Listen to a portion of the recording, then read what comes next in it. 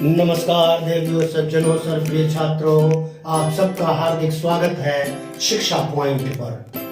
12वीं कक्षा हिंदी अंतरा गद्य खंड का बहुत ही अच्छा पाठ है दूसरा देवदास, जिसकी रचना करने वाली लेखिका का नाम है ममता कालिया, जिनका जन्म उत्तर प्रदेश के मथुरा में 1940 में हुआ और वह अभी वर्तमान है।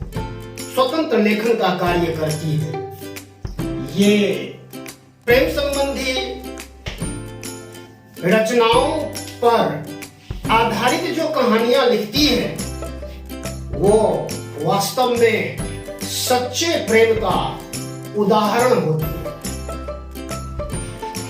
इनकी शिक्षा ममता कालिया जी का इनकी जो शिक्षा का कार्य हुआ वो अधिकतर महाराष्ट्र के विभिन्न शहरों में, मध्य प्रदेश के शहरों में और दिल्ली विश्वविद्यालय से उन्होंने अंग्रेजी विषय से एमए किया। एमए करने के बाद 1963 से 65 तक दौलत राम कॉलेज दिल्ली विश्वविद्यालय में अंग्रेजी की प्राध्यापिका रही। फिर एनडीटीवी महिला एसएनडीटी महिला विश्वविद्यालय मुंबई में भी उन्होंने पढ़ाने का कार्य किया। 1973 से 2001 तक महिला सेवा सदन डिग्री कॉलेज इलाहाबाद में प्रधानाचार्य के पद पर कार्य किया इन्होंने और 2003 से 2006 तक भारतीय भाषा परिषद कलकत्ता की निदेशिका बनी रही इलाहाबाद। उसके बाद ये अभी वर्तमान में नई दिल्ली में रहती हुई स्वतंत्र रचना का कार्य कर रही है। उनकी जो प्रकाशित कृतियां हैं इनका देखते हैं। एक बेघर, नरक दर नरक, एक पत्नी के नोट्स, प्रेम कहानी, लड़कियां, दौड़ आदि तो उपन्यास हैं और 12 कहानी संग्रह प्रकाशित है जो संपूर्ण कहानियां नाम से 2 खंडों में प्रकाशित हैं और हाल फिलहाल उनकी 2 कहानी संग्रह और प्रकाशित हुए हैं, जैसे 25 साल की लड़की, थिएटर रोड के कौवे। कथा साहित्य में उन्होंने बहुत अमूल्य योगदान दिया है। साहित्य भूषण 2004 में तथा कहानी सम्मान 1989 ईस्वी में प्राप्त हुआ उनको। उनके समग्र साहित्य पर अभिनव भारती कलकत्ता ने रचना पुरस्कार भी दिया है इनको। इसके अतिरिक्त सरस्वती प्रेस तथा साप्ताहिक हिंदुस्तान समाचार पत्र का श्रेष्ठ कहानी पुरस्कार भी इन्होंने प्राप्त किया है। ममता कालिया बहुत ही शब्दों की बिल्कुल जानकार मानी जाती है ना। उनका भाषा का जो ज्ञान है, भाषा के संबंध में जो उनका विस्तृत ज्ञान विज्ञान है वह अवर्णनीय है। साधारण शब्दों में, ऐसा नहीं है कि बहुत भारी शब्दों का प्रयोग करती हो, साधारण शब्दों में बहुत गूढ़ बात कहने की उनकी विशेषता है, जो जादुई प्रभाव पाठकों पर उत्पन्न करती है। विषय के अनुरूप सहज भावों की अभिव्यक्ति होती है, व्यंग्य की सटीकता होती है ना, सजीवता, भाषा अनोखी होती है और प्रभाव उत्पादक होती है। सरलता, सुबोधता और विशेष रूप से मर्म स्पर्शी भाषा का गठन करती हैं ममता कालिया। इसमें दूसरा देवदास जो कहानी है यह दरअसल बांग्ला साहित्य के प्रतिष्ठित उपन्यासकार शरत चंद्र चट्टोपाध्याय का उपन्यास है, जिसका नाम है देवदास। उस पर विशेष चर्चा करने की अभी आवश्यकता नहीं है। सिर्फ इतनी सी बात समझ लेना आवश्यक है यहाँ कि ये देवदास उपन्यास मूल रूप से बांग्ला में लिखित है, लेकिन इसके अनुवाद दुनिया भर के तमाम भाषाओं में हुआ है। साथ ही विभिन्न भारतीय भाषाओं में फिल्में भी बनी हैं, जिनमें बांग्ला, असमिया, उड़िया, उर्दू और हिंदी भाषाएं प्रमुख रूप से शामिल हैं। हिंदी में पहली जो फिल्म बनी थी 1928 में वह मूक फिल्म थी, और 1935 में हिंदी जो बोलती फिल्म थी, जब बोलती फिल्म का जमाना आ गया था। फिर 1955 में और 2002 में शाहरुख खान और ऐश्वर्या राय अभिनीत देवदास फिल्म बनी थी, जो बहुत ही सुपर डुपर हिट फिल्म हुई थी।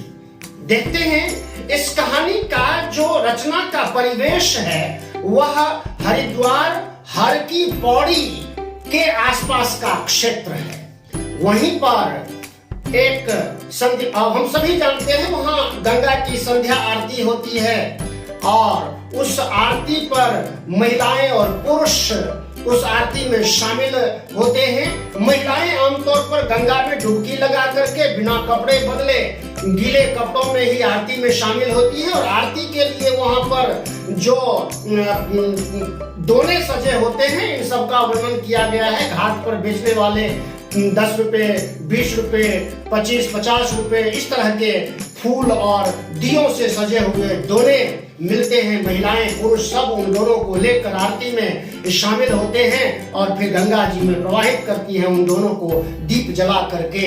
इसका बड़ा सुंदर दृश्य उपस्थित किया गया है इस कहानी के अंदर। इसी में एक स्थान पर संभव नाम का, यहाँ पर इस कहानी का नायक है संभव, और पारो चूंकि पारो देवदास उपन्यास की नायिका है, तो इस कहानी की भी नायिका पारो ही है और नायक संभव है। संभव गंगा के किनारे वहां पर मनमोहक वातावरण को देखता है। पंडितों के द्वारा जो आशीर्वाद और बदले में जो दान दक्षिणा से संबंधित मांग करते हैं उन सब का भी यहाँ पर बड़ा ही सूक्ष्म वर्णन किया गया है। और उसी वक्त संभव वहां पर बैठा होता है, गंगा की छटा को निहार रहा होता है, गंगा की आरती को देख रहा था। उसी समय क्या देखता है कि वह वहां पर एक बिल्कुल नवयुवती आई है, वह भी भीगी हुई है, गुलाबी कपड़े में है वह, और जहां पर वह बैठा हुआ है संभव, वहां पर वो आकर के आरती में थोड़ी सी लेट पहुंचती है वो, और वो पंडित जी से कहती है कि मैं कल आऊंगी।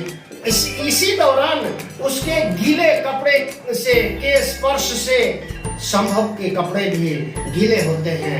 उस मनमोहिनी को देख करके, उस युवती को देख करके जो बीज का प्रथम स्फुरण होता है संभव के मन में, और दूसरी ओर उस लड़की का भी वह नाम नहीं जानता है।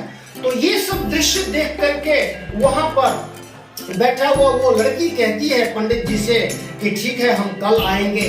अब ये हम शब्द सुन करके पंडित जी को लगता है कि शायद ये युवक युवती दोनों एक साथ हैं, उनको नहीं मालूम कि ये दोनों एक दूसरे से अनजान हैं, है ना। लेकिन ये वास्तविकता है कि वे एक दूसरे से अनजान हैं, और अनजान लोगों युवक युवती की जब आंखें चार होती हैं, जो प्रेम का स्फुरण होता है वह प्रेम बम्बैया फिल्मों से बहुत हटकर होता है, उच्च कोटि का होता है, शुद्ध और पवित्र भावनाओं से भरा हुआ प्रेम है। इसी पर आधारित है यह कहानी।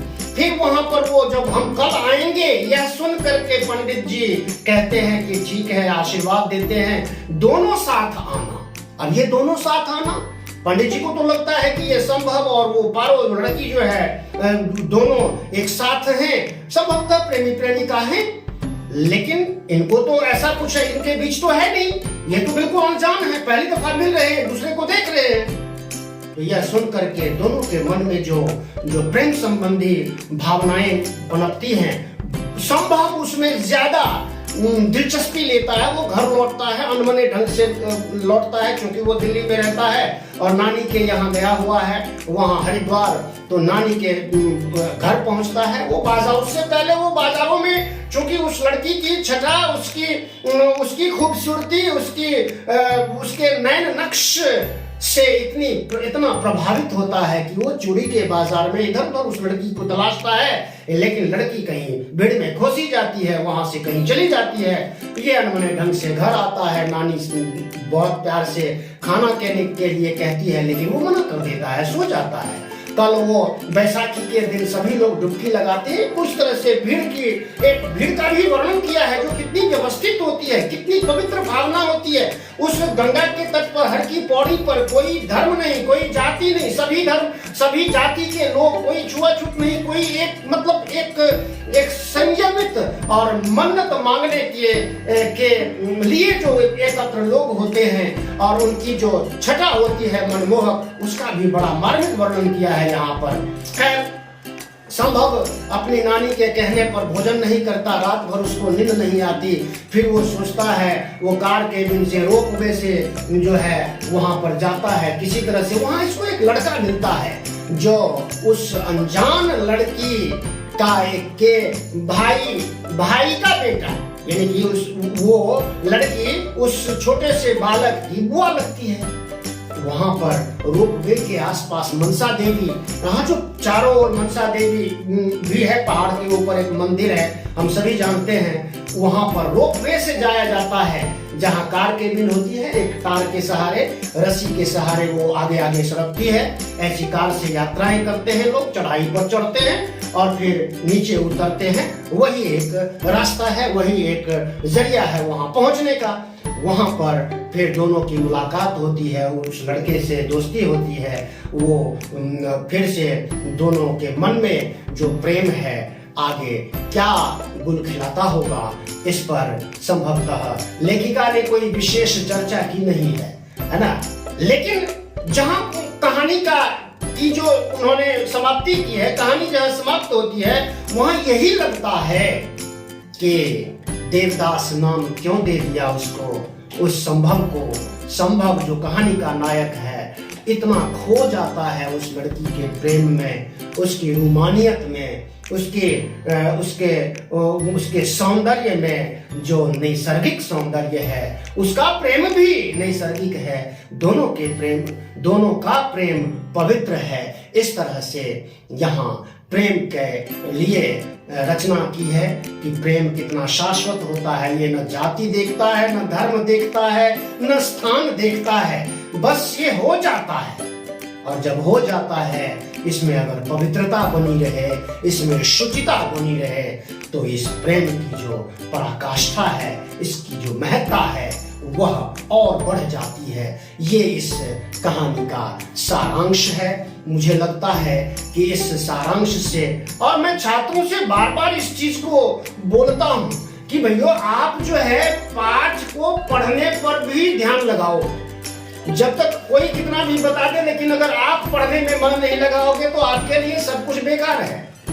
हाँ, और ये तो कोरोना का महाकाल है, विकराल काल है, महामारी का दौर है। इस दौर में अगर ऑनलाइन क्लास नहीं अटेंड करोगे, ऑनलाइन चीजें नहीं देखोगे, नहीं समझोगे, मन नहीं लगाओगे, तो पढ़ाई लिखाई में उतना अच्छा प्रदर्शन करने की संभावना नहीं रहेगी। तो सभी छात्र मन से पढ़ें, चीजों को समझें, वीडियो के माध्यम से, पाठ को पढ़ने के माध्यम से, लिखने के माध्यम से, और अपने पढ़ाई लिखाई को, अपनी तैयारी को मजबूती प्रदान करें। क्योंकि दूसरे सत्र में केवल लिखने का काम होगा, बड़े छोटे प्रश्न होंगे, शब्दों पर आधारित, इतने शब्दों में उत्तर दीजिए, इतने शब्दों में उत्तर दीजिए।